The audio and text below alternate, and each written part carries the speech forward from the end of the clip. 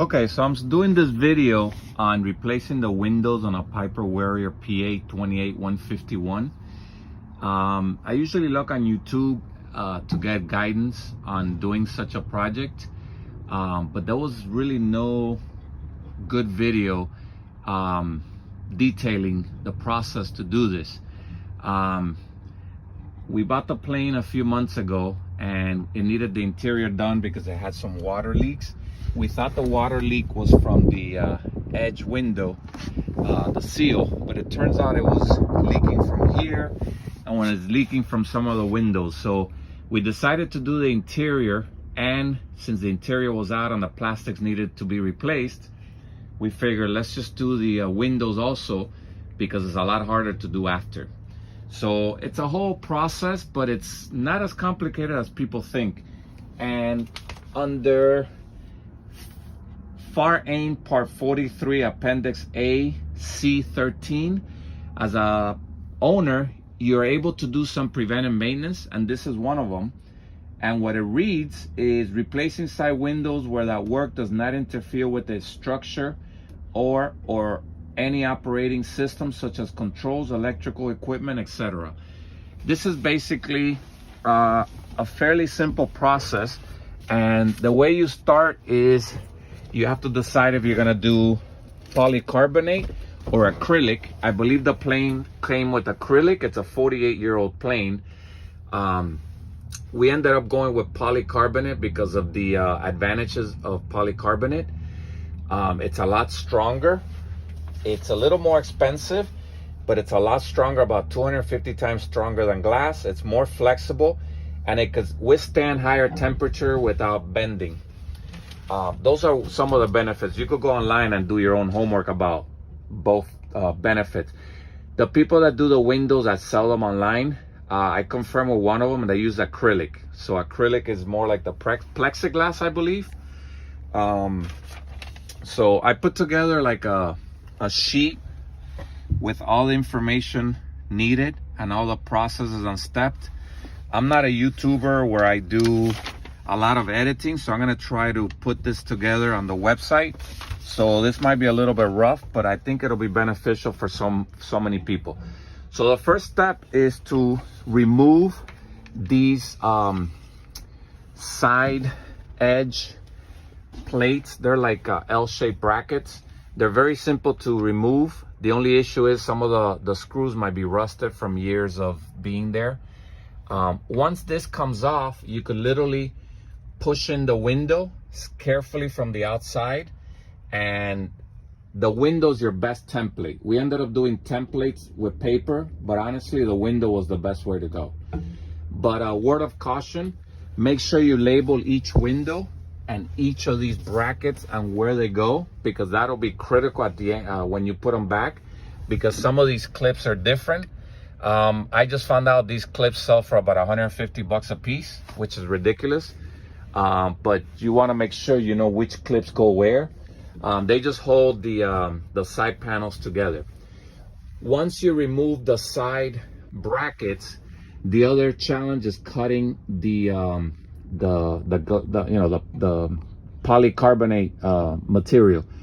And this is really not that hard. We used a device that's I have it here.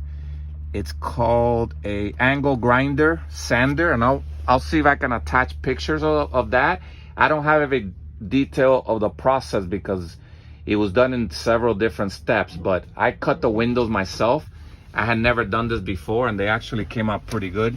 You don't have to be so detailed about the corner, because once you put this, you won't see like if you did a bad cut. This is the hardest window to do.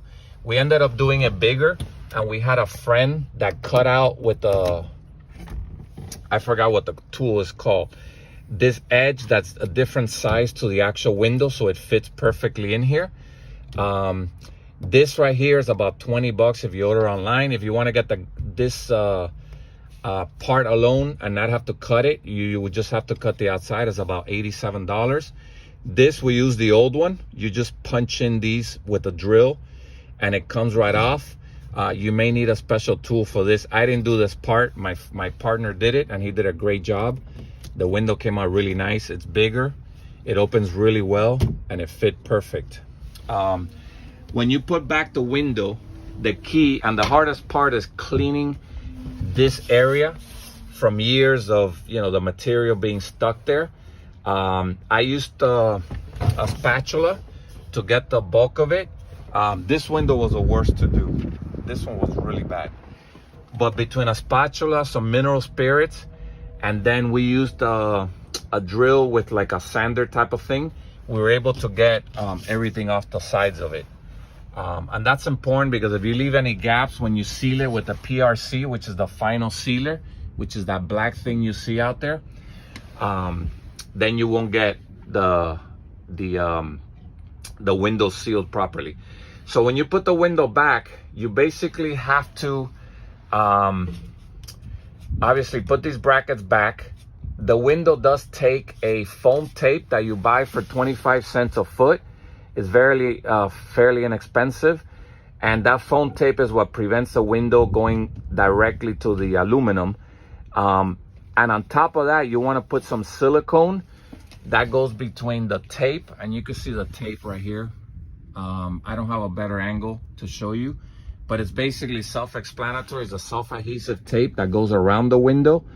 And you want to start at the bottom and don't do the cut until the top, because if there's any leaks and you leave a gap, it can leak through the seal. Even though you're going to put some silicone around it, the silicone is not the final product. The silicone goes between the foam tape and the metal to create like a seal around the window, and then on top you do the PRC, which is what does the final seal, and it's what we used on the windshield. We didn't change the windshield because that's a big project and it's a little more complicated, and the windshield is not in bad shape. It probably needs to be buffed, but the side windows were kind of bad. Another word of caution is make sure you clean that edge really well. I already mentioned that. Make sure that you have all the materials you need. When you're gonna put it back, you may need somebody to help you. Before you put the foam tape around the window, you want to make sure you try the windows in first, because even though you use the original windows have they have like a curve around them, and when I made the molding with the new window, I pushed down against it very carefully because you could crack the old ones, and then you sketch around it, and that's how you cut it. But it may not be perfect and it might not fit here. You know, it doesn't have to be super tight or perfect, as long as you cover, you know, the area. I mean, we went all the way out here. You could have gone as far as here. But before you put that foam tape on, make sure you try it out, because if you don't, then you have to remove the foam tape, cut the window, or shave it wherever you need it, and that's a pain in the butt.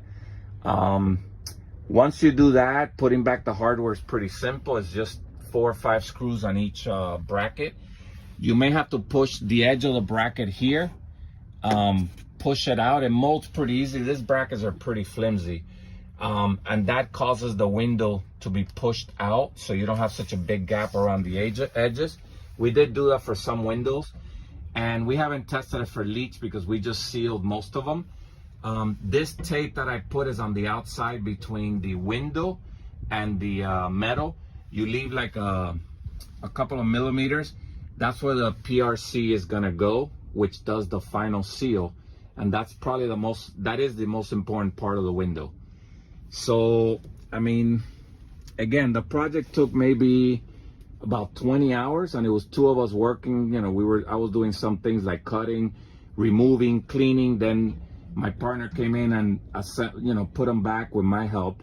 So overall, you know, I think they came out pretty good, and it doesn't have as pronounced of a curve as the original one, but since the fuselage is curved and the polycarbonate is flexible, I believe with time it'll develop the curve. Or you could probably, with a heat gun, give it a curve, but I don't know if I'm gonna mess with that, because then I could damage the actual window and have to replace it again. Again, I hope this helps. Put any questions in the comments and I'll help you as much as possible. Again, I'm not a pilot. I'm not an AMP mechanic, I would probably have this signed off by my MP, but technically based on the far aim, you don't need that. It's preventive maintenance. You're not changing any part of the structure. And this is the paper I put together. I'm gonna try to attach it if I can. I have to learn how to do that. But if not, you could take like a screenshot of the screen, and it gives you a detail with tips and how much money we spend on the website and everything. It's all here. So again, put comments and I'll answer your questions as best as possible. Thank you.